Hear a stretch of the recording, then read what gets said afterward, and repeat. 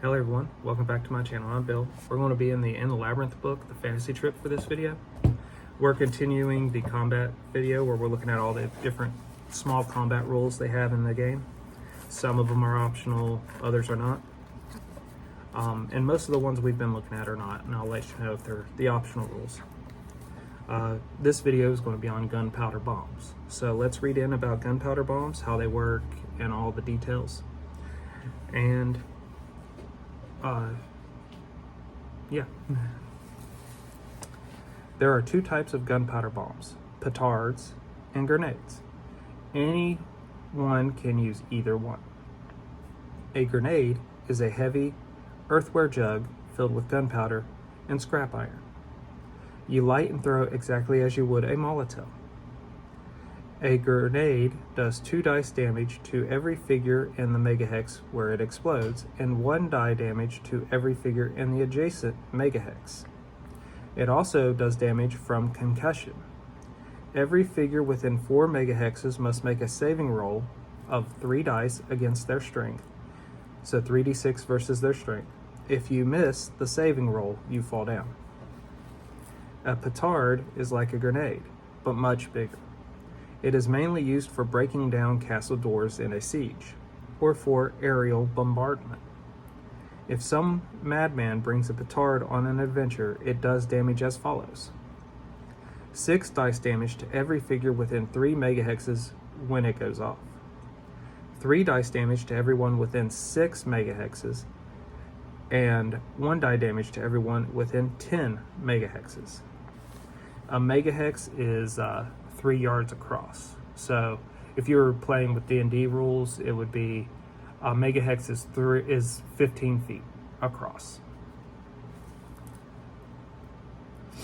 So the first amount of damage, the 6, could affect 3 megahexes, so 45 feet.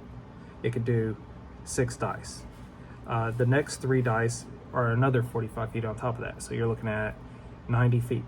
And then the 1 die damage is up to 10 megahexes.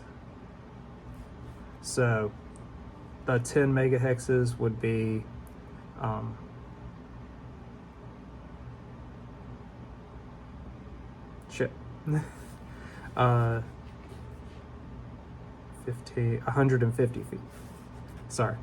And then the 20 megahexes would be 300 feet. So everyone within 300 feet of the blast has to make a save or be knocked down.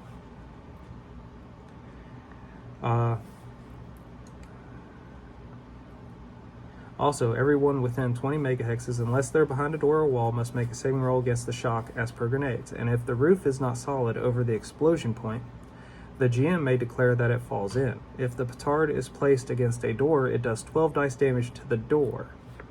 Note, a petard cannot be thrown unless by a figure of strength 30 or above. You light it and run. Its fuse is good for 30 seconds, 6 turns. You can light the fuse farther up so it burns quicker. The petard can be disabled by pulling the fuse. It takes a 4 die roll on dex to do so. A grenade requires a source of fire, usually a torch. So does a petard, but it may have a long, slow fuse. When used as a trap, grenades and petards are triggered by flintlock mechanisms. So if you're trying to describe that, describe a clicking flintlock sound, or a striking sound that anyone that makes a fire would understand. Whenever a grenade or petard is used, the GM rolls 1 die. On a roll of a 6, it does not work at all. The gunpowder is no good. Costs. Gunpowder is expensive. A grenade requires 5 charges of gunpowder to make, and costs 600 silver. So in D&D terms, that'd be 600 gold. It weighs 2 pounds. A petard requires 20 charges of powder and costs 2,500 silver. So in D&D terms, that's 2,500 gold. Silver is the main currency in this game. So anything with a dollar sign is in silver coins in this game. It weighs 12 pounds. So the petard weighs 12 pounds. So I could see that being very hard to throw. Very hard. Especially with any effectiveness. So this was the gunpowder bombs. Hopefully that entertained you if nothing else. But it also explains roughly their workings. I remember a story my friend Dan always told me about one of his groups, that a petard was used as a trap behind the door, and them opening the door triggered the trap, making the petard go off. And there was no way to know that the trap was there. So when they open the door, the petard goes off and they take the 6 dice damage. And that pretty much killed everybody's character. Remember, normal strength scores for regular characters is anywhere between 6 if you're very unfortunate at the very beginning of character creation, all the way up to 20's normal on the high end. The only exception to that is if you're a giant character, where you would start with like a 20 or 30 strength. So, and you can only increase your strength after increasing your intelligence and your dex to like 12. So with that perspective in mind, anything that does a few dice damage is very lethal in this game.